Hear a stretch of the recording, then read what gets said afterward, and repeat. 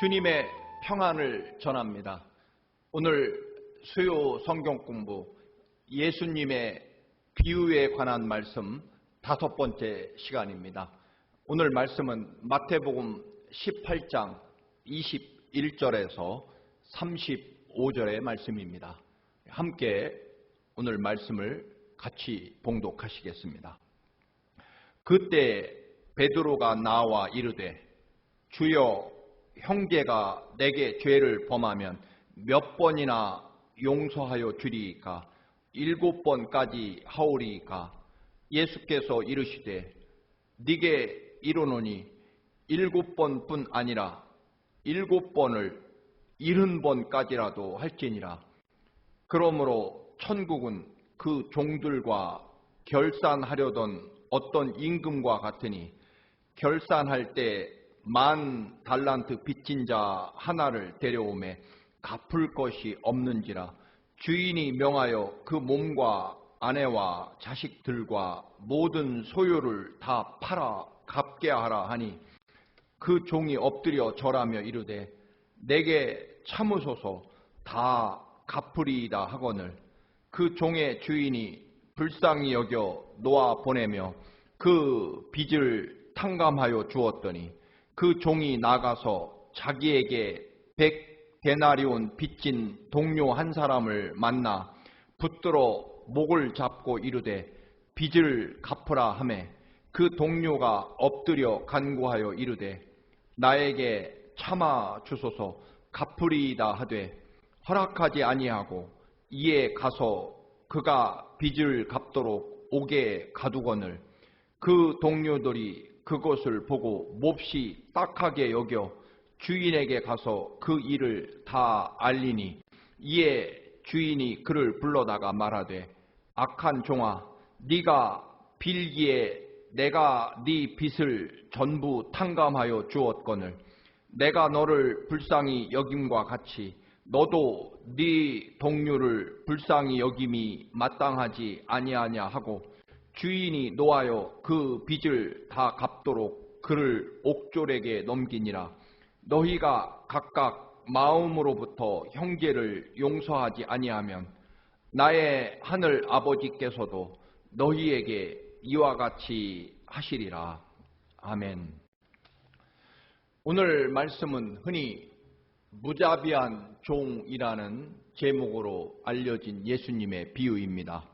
10,000달란트 빚진 자와 100데나리온 빚진 자의 비유를 통해서 예수님이 용서와 특별히 하나님 나라의 시민이 어떤 자격을 갖추어야 되는지, 그리고 특별히 하나님 나라 시민의 자격은, 즉 하나님 아버지의 백성으로서의 자격은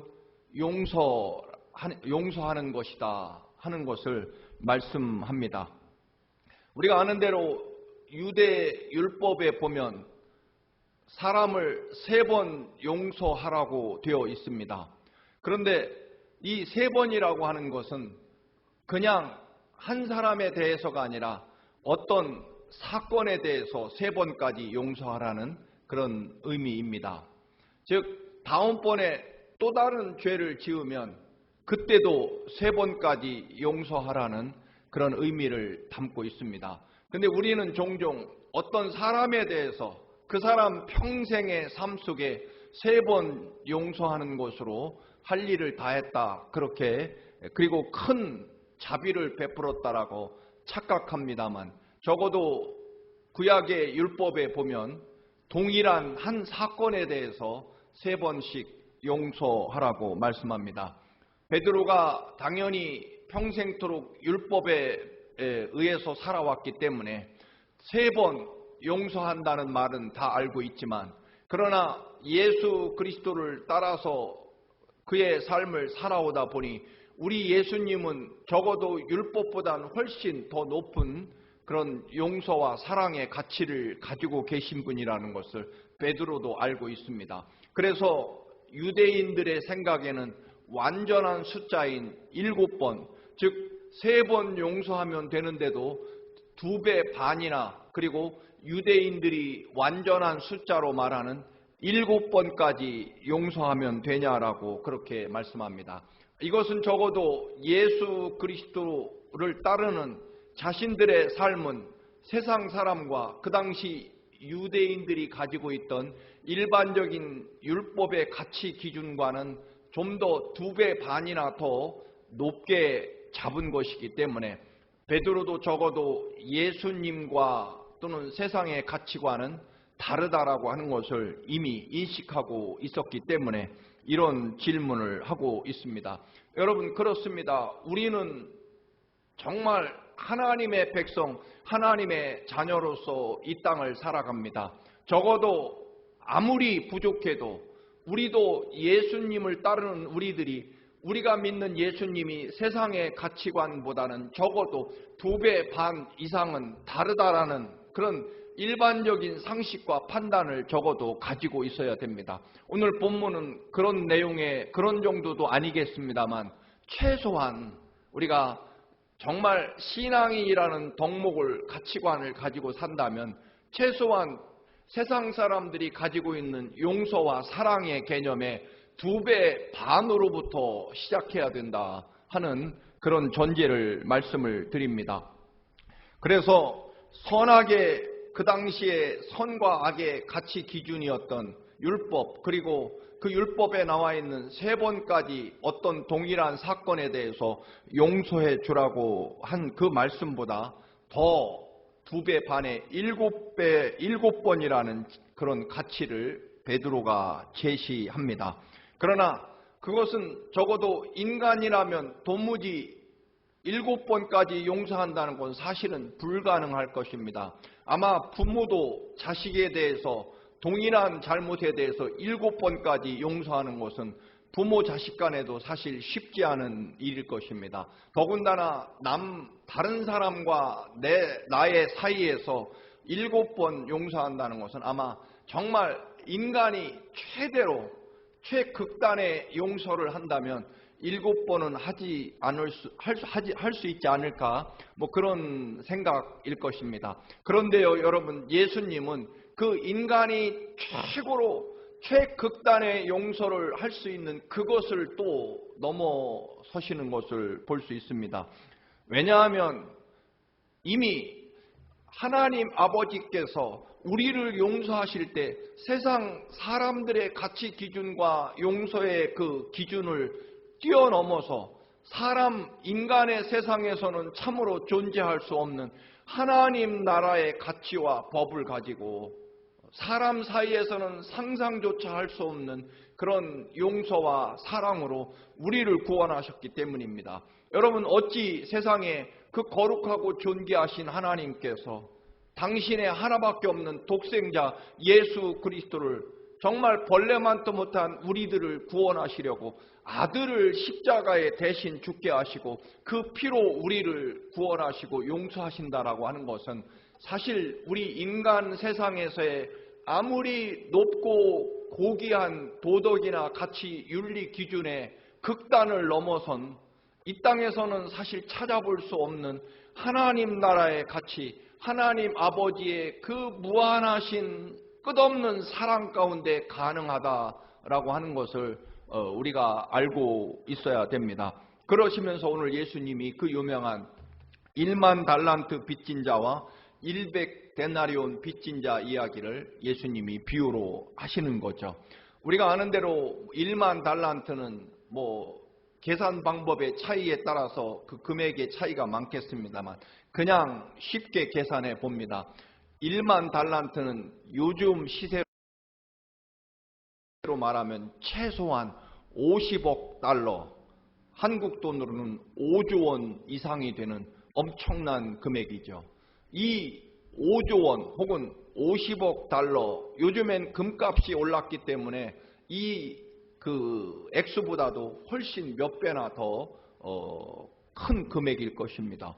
어쨌든 쉽게 50억 달러의 빚진 사람이 왕에게 혹은 주인에게 그 빚을 탕감받게 됩니다.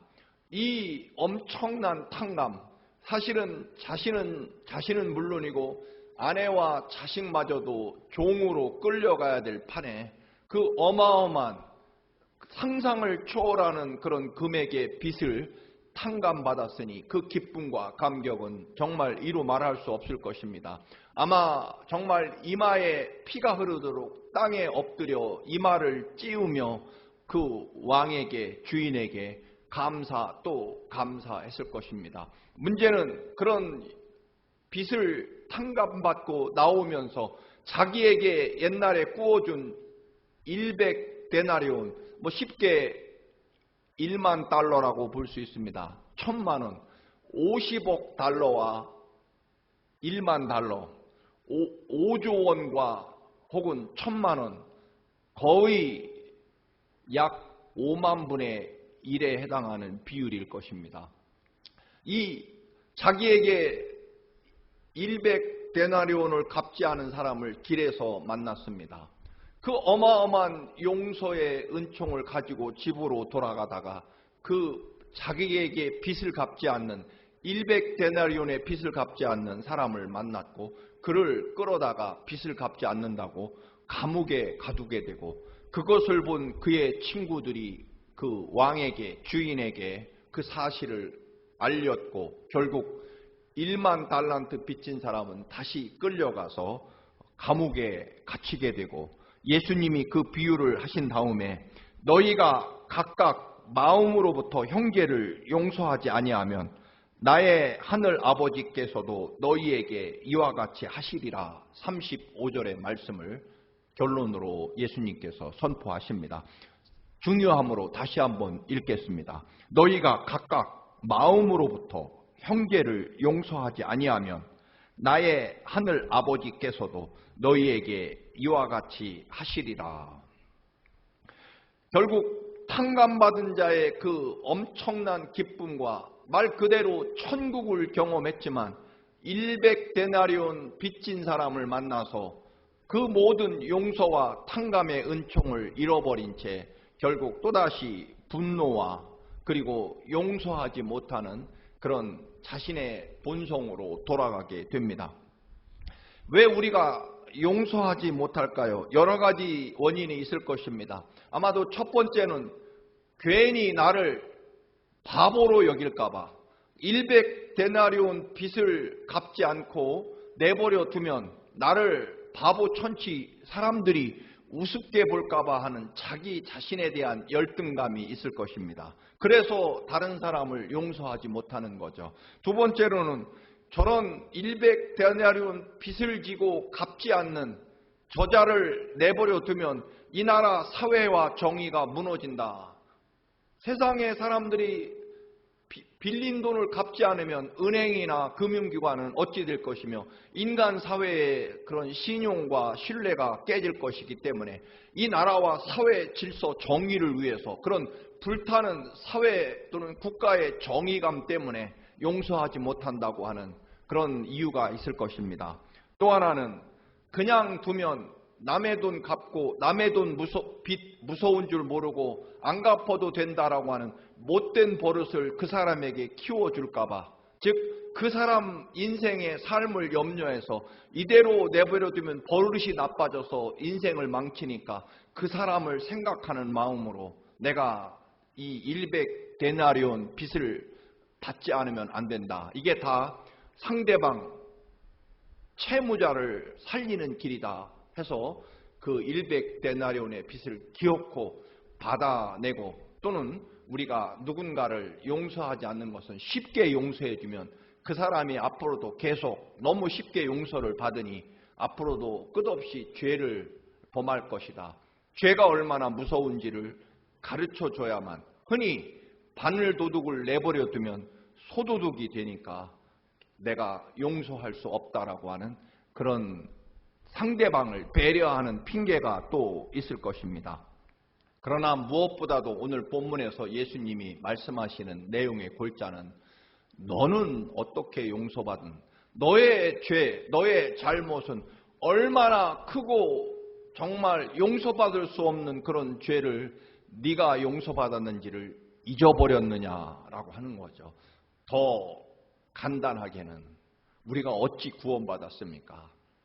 그 거룩하신 하나님께서, 예수님께서 하늘 보좌를 버리시고 이 땅에 베들레헴 마구간 짐승의 우리에 찾아오셨고, 그리고 우리를 위해 십자가의 그 모진 고난으로 멸시를 당하시면서 그 피를 쏟아 우리를 구원하셨습니다.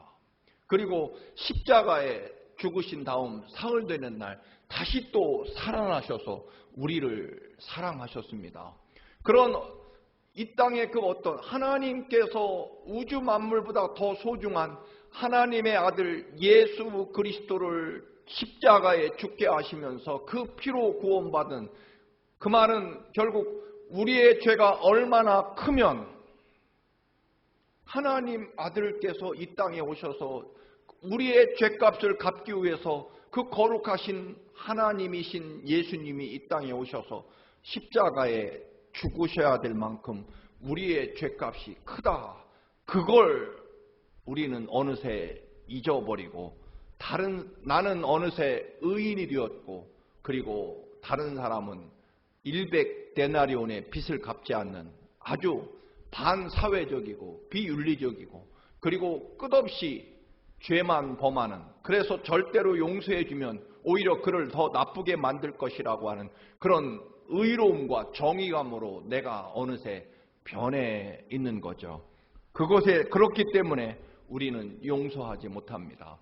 여러분, 누가 용서할 수 있느냐? 오늘 주님이 이 비유를 통해서 하시는 말씀은 용서받은 은혜가 있는 사람, 타인을 배려할 줄 아는 사람이 누군가를 용서할 수 있다. 즉, 내가 얼마나 큰 죄인이며 얼마나 큰 죄를 용서받았는지 그 용서와 구원의 은총과 감격을 가지고 있는 사람이 다른 사람을 용서할 수 있다 하는 그런 말씀입니다.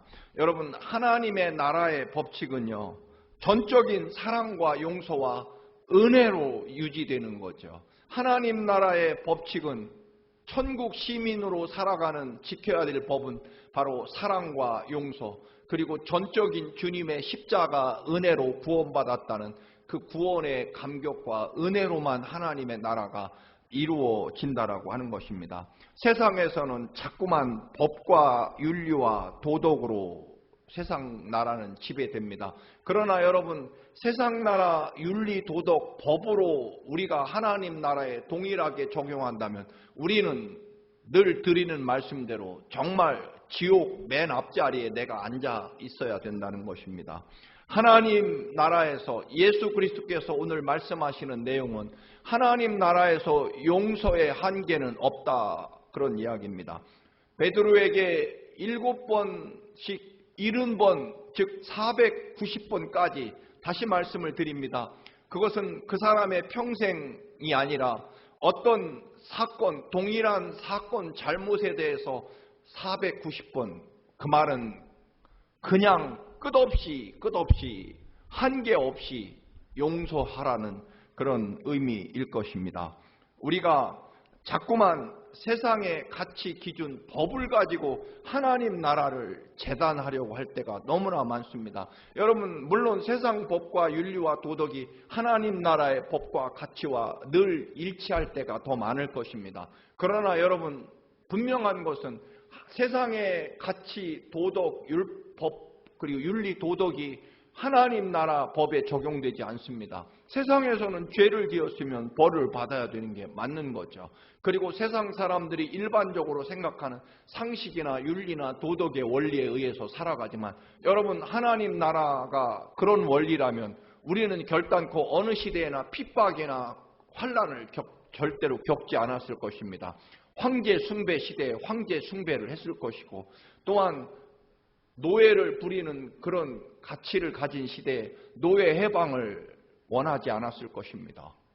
결국 우리는 많은 경우에는 그 당시에 강력한 법, 원칙, 윤리, 도덕의 가치 개념을 넘어선 정말 무한한 끝없는 하나님 나라의 가치와 원리로 우리가 구원받았기 때문에 우리의 용서의 원칙과 법도 바로 여기에 따라야 됩니다. 그런데 오늘날 용서가 사라진 이유 중에 하나는 자꾸만 하나님의 교회 안에서도 세상 가치와 윤리 기준과 도덕과 법이 곧 하나님 나라 법이라고 착각한 경우가 너무나 많기 때문에 그렇습니다.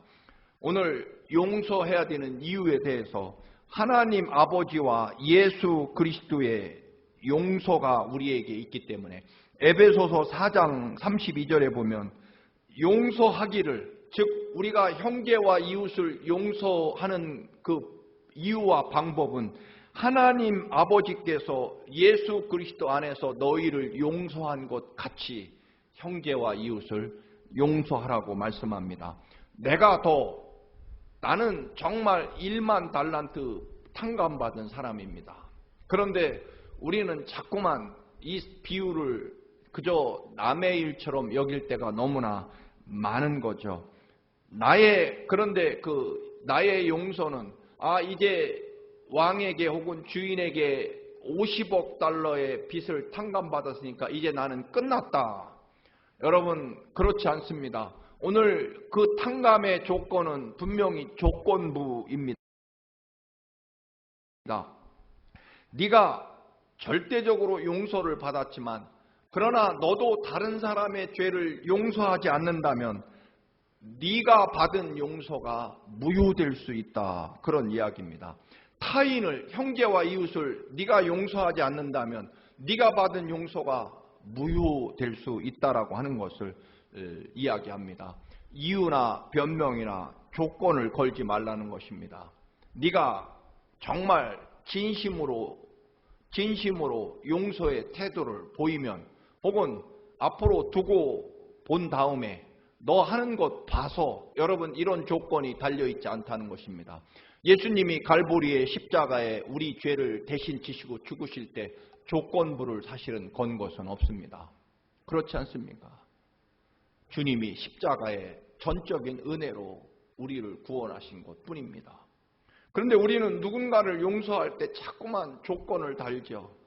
그래야 그 사람이 나를 우습게 보지 않거나 혹은 그 사람을 위한 일이라고 우리는 변명하고 핑계하면서 말입니다. 여러분, 다른 것은 모르겠지만 용서하는 일에 대해서는 절대적이어야 됩니다. 사랑하는 일도 절대적입니다. 거기에 어떤 이유나 조건부가 달릴 수 없다라고 하는 것입니다.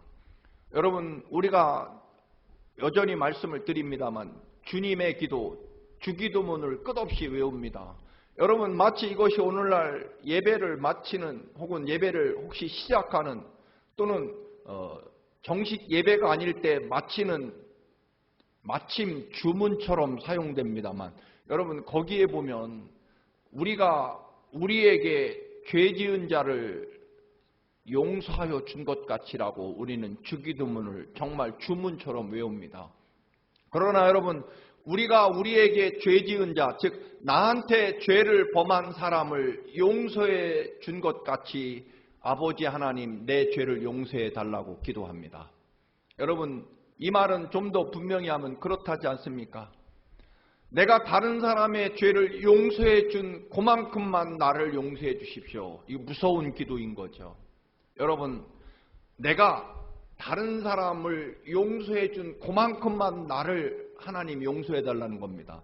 그렇다면 우리의 용서는 다른 사람 용서한 것만큼 내 죄가 탕감받는다, 그런 이야기입니다. 그런 기도를 우리가 정말 때로는 생각 없이 습관으로 드리고 있다라고 하는 것입니다. 여러분, 이게 자신이 있습니까? 내가 다른 사람의 죄를 용서해 준 그만큼만 내 죄가 용서받는다고 할 때 이게 가능하고 마음껏 자신 있게 드릴 수 있는 기도냐라고 하는 것입니다. 누가복음 6장 37절에 보면 남을 비판하고 정죄하면 너도 남을 정죄하고 비판한 그 기준으로 너도 정죄와 심판을 받을 것이라고 분명히 말씀합니다. 야고보서 5장 9절에 형제간에 서로 원망하지 않아야 심판을 면할 수 있다라고 하는 것입니다. 누군가를 상처받게 하고 또한 실족하게 하면 거대한 연자맷돌을 목에 걸고 바다에 빠지는 것이 낫다라고 주님도 분명히 말씀하셨습니다.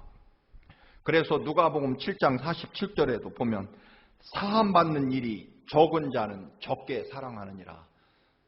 예수님에게 옷값을 깨트린 마리아의 그 눈물 또는 향유, 이것을 보시고 예수님이 하신 말씀입니다. 사함을 받은, 즉 용서받은 양이 적은 사람이 적게 사랑한다. 용서받지 못한 사람은 사랑하기 힘들다. 또 많이 용서받은 사람이 많이 사랑한다. 왜냐하면 내가 용서받은 그 감격과 은혜가 있기 때문에 라는 말씀일 것입니다. 여러분, 용서받지 못한 사람은 용서하기 힘듭니다. 그런데 여기에 대단히 중요한 전제가 있습니다. 여러분, 용서받은 경험이라고 하는 것은 진심으로 내가 하나님 앞에 회개한 경험이 있어야 됩니다.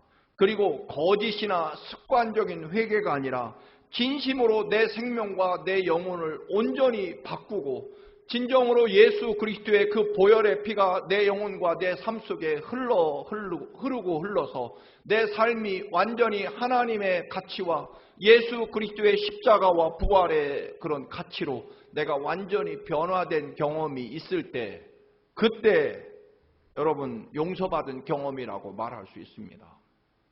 그저 다른 사람에게 내가 얼마나 빌었느냐 그런 정도가 아니라 정말 내 영혼과 내 삶이 예수 그리스도의 십자가 그 보혈의 피로 온전히 변화된, 그리고 진정으로 십자가 보혈로 거듭난 경험이 있는 사람이 다른 형제와 이웃을 용서할 수 있다라고 하는 것입니다. 왜냐하면 우리 하나님 나라 백성의 가치는 십자가 보혈의 은혜이기 때문에, 이것을 결국 놓쳐버리고 잊어버렸기 때문에, 내가 얼마나 큰 죄인인지를 결국 상실했기 때문에 어느새 나도 율법의 기준을 가지고 다른 사람보다 나는 덜 죄인이고, 그리고 다른 사람보다 지금 나는 의롭게 산다라고 하는 착각, 어느새 세상의 법과 윤리 도덕과 가치 기준으로 볼 때 나는 그래도 저 사람보다 의로운 사람이라고 하는 이런 상대적인 개념을 가지고 살아가기 때문에